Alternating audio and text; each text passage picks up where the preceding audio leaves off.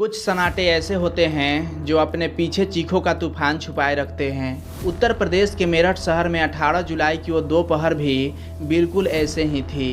Hapur road पर गाड़ियों की आवाजाही रोज की तरह सामान्य थी, लेकिन एमसीसी अस्पताल की दूसरी मंजिल के कमरे में जो कुछ हो चुका था वह पूरे शहर की रूह कांपने के लिए काफ़ी था।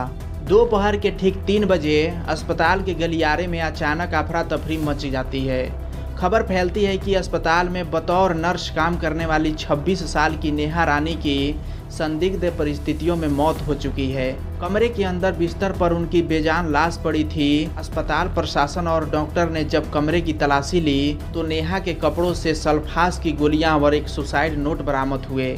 उस नोट में लिखा था कि मैं अपने ससुराल वालों से काफ़ी तंग आ चुकी हूँ, इसलिए अपनी जीवन लीला समाप्त कर रही हूँ। अस्पताल के डॉक्टरों ने तुरंत नेहा के ससुराल वालों को खबर दी और बताया कि नेहा दोपहर में बीमार महसूस कर रही थी। उसे भर्ती किया गया था, लेकिन उसने खुद ही सल्फास खाकर खुदकुशी कर ली है। पहली नज़र में यह मामला बिल्कुल साफ दिख रहा था कि ससुराल वालों से परेशान एक महिला की खुदकुशी है, लेकिन क्या सच वाकई उतना ही सीधा था जितना दिख रहा था, या फिर यह किसी शातिर दिमाग का बुना हुआ जाल था? जब यह खबर नेहा के ससुराल वालों तक पहुंची तो अस्पताल परिसर चीखों से गूंज उठा। नेहा के पति रवि कुमार की मौत करीब 1 साल पहले ही हो चुकी थी, लेकिन नेहा का देवर, उसकी ननद और ससुराल वाले डॉक्टर की इस बात को मानने के लिए किसी भी कीमत पर तैयार नहीं थे। नेहा के देवर ने पुलिस के सामने साफ कह दिया, रवि भाई की मौत के बाद से भाभी और उनके 1 साल के मासूम बेटे का हम बेहद तरीके से ख्याल रख रहे थे। भाभी ऐसा कदम कभी नहीं उठा सकती। ससुराल वालों का कहना था कि नेहा पिछले 9 महीने से इस अस्पताल में दिन रात मेहनत सिर्फ इसलिए कर रही थी ताकि अपने 1 साल के बच्चे की सही परवरिश कर सके। जो माँ अपने बच्चे के लिए जी रही हो वह अचानक खुदकुशी कैसे कर सकती है? ससुराल वालों ने डेड बॉडी लेने से इनकार कर दिया और अस्पताल में हंगामा शुरू हो गया। सूचना मिलते ही स्थानीय थाने की पुलिस तुरंत मौके पर पहुंची। पुलिस जब अस्पताल पहुंची तो कागजों पर यह केस खुदकुशी का लग रहा था, लेकिन माहौल कुछ और ही बयां कर रही थी। पुलिस ने शव को अपने कब्जे में लेकर पोस्टमार्टम के लिए भेज दिया और मामले की जांच शुरू कर दी। सच्चाई का पता लगाने के लिए पुलिस ने सबसे पहले अस्पताल के सीसीटीवी कैमरों की फुटेज खंगालनी शुरू कर दी, और यहीं से इस कहानी में पहला बड़ा मोड़ आता है। जब पुलिस ने सीसीटीवी फुटेज चेक की तो उस कमरे के बाहर 2 लड़के अंदर जाते हुए दिखाई दिए जहां नेहा भर्ती थी। उन दोनों लड़के की पहचान अस्पताल के ही कर्मचारियों के रूप में हुई। एक था वार्ड टेक्नीशियन सुरेश कुमार और दूसरा साथी था फरहान। पुलिस ने बिना देर किए सुरेश और फरहान को पूछताछ के लिए बुला लिया। पुलिस और फरहान ने पुलिस के सामने बेहद इंतमान से सफाई दी। सुरेश ने कहा कि साहब, दोपहर करीब 12 बजे नेहा की तबीयत खराब हुई थी। उसे चक्कर आ रहे थे, इसलिए हमने उसे रूम में एडमिट कराया था। हमें मालूम नहीं था कि उसने सल्फास खा लिया है। दोनों के बातों में इतनी सच्चाई थी कि एक पल के लिए पुलिस भी सोच में पड़ गई, लेकिन पुलिस को लगा कि दाल में कुछ काला जरूर है। सच तक पहुंचने के लिए पुलिस ने नेहा के मोबाइल नंबर की कॉल डिटेल्स रिकॉर्डिंग निकलवाने का फैसला लिया, और जब महीनों की कॉल रिकॉर्डिंग्स पुलिस के हाथ लगी तो अधिकारियों के पैरों तले जमीन खिसक गई। दोस्तों, सीडीआर रिपोर्ट से पता चला कि नेहा के फोन पर पिछले कुछ महीनों से एक ही नंबर से लगातार बातचीत हो रही थी। बात थोड़ी बहुत नहीं बल्कि घंटों बात होती थी, और दिन में कई बार होती थी। और जब पुलिस ने उस नंबर की पड़ताल की तो मालूम चला कि वह नंबर किसी और का नहीं बल्कि अस्पताल के उसी वार्ड टेक्नीशियन सुरेश कुमार का था। सुरेश पहले से शादीशुदा था और उसका एक 5 साल का बच्चा भी था। अब पुलिस के सामने सारा खेल शीशे की तरह साफ होने लगा था। यह सिर्फ एक नर्स और वार्ड बॉय का आम बात नहीं था दोस्तों, बल्कि इसके पीछे छुपा था प्रेम प्रसंग, ब्लैकमेलिंग और साजिश का एक गहरा राज। पुलिस को पूरा यकीन हो गया कि सुरेश और फरहान पुलिस को गुमराह कर रहे हैं। पुलिस ने दोनों को हिरासत में ले लिया, और जब थाने लाकर कड़ाई से पूछताछ की तो सुरेश टूट गया। उसने जो सच उगला उसे सुनकर पुलिस वालों के भी होश उड़ गए।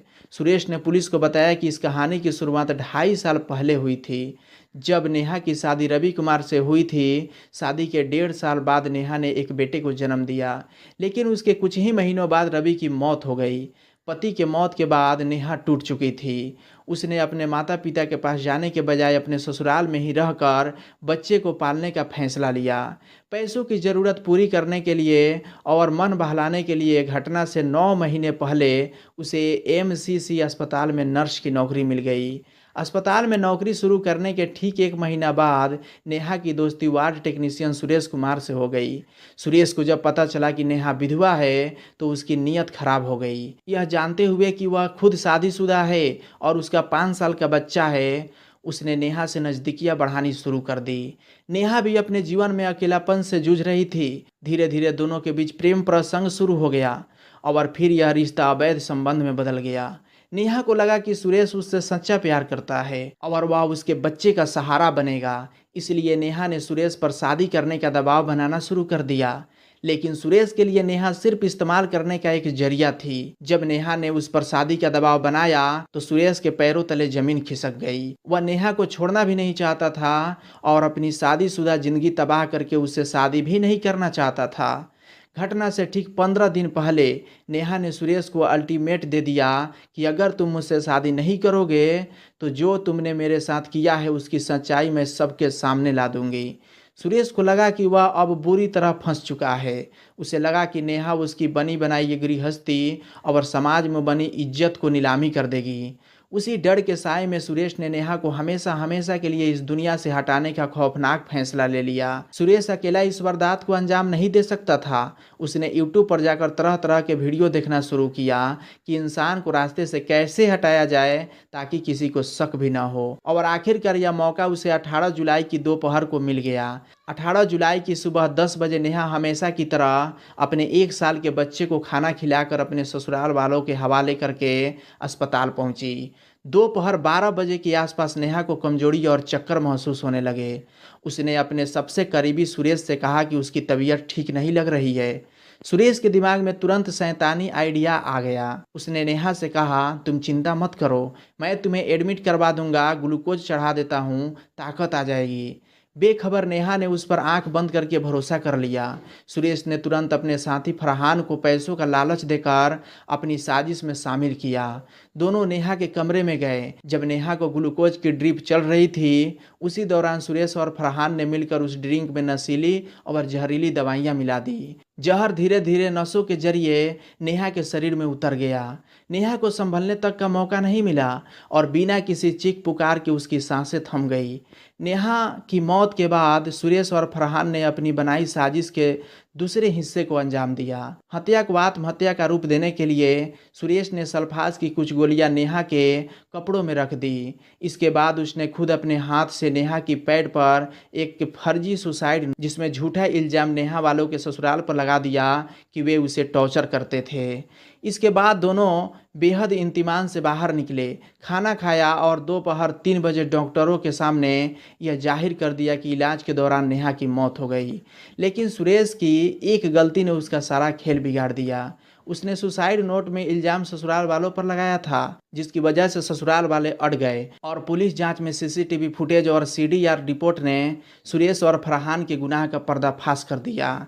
पुलिस ने सुरेश और फरहान दोनों को गिरफ्तार कर जिला अदालत में भेज दिया, जहां से उन्हें जेल भेज दिया गया। और जब यह बात सुरेश की पत्नी को पता चली तो उन्होंने कहा कि उसे अपने पति के अफेयर का पता चल गया था और वह उस पर रिश्ता खत्म करने का दबाव बना रही थी। लेकिन उसे नहीं पता था कि उसका पति रिश्ता खत्म करने के बजाय नेहा की जान ही ले लेगा। इस खौफनाक वारदात के बाद पीछे छूट गया नेहा का 1 साल का बेकसूर बच्चा, जो अब अनाथ हो चुका है। दोस्तों, उस बच्चे के पिता 1 साल पहले चल बसे थे और माँ को भी एक हैवान ने छीन लिया। दूसरी तरफ सुरेश के 5 साल के बेटे के सिर से पिता की साया हट गया। दोस्तों, इस घटना को बताने का मकसद आपको जागरूक करना है कि कभी भी किसी पर अंधा विश्वास न करें। अपने आसपास के लोगों को समझें और सतर्क रहें। इस पूरी घटना पर आपकी क्या राय है कमेंट बॉक्स में ज़रूर बताइए। कल फिर मिलेंगे दोस्तों एक नई घटना के साथ। तब तक मिलते हैं नेक्स्ट वीडियो में। तब तक जय हिंद, जय भारत।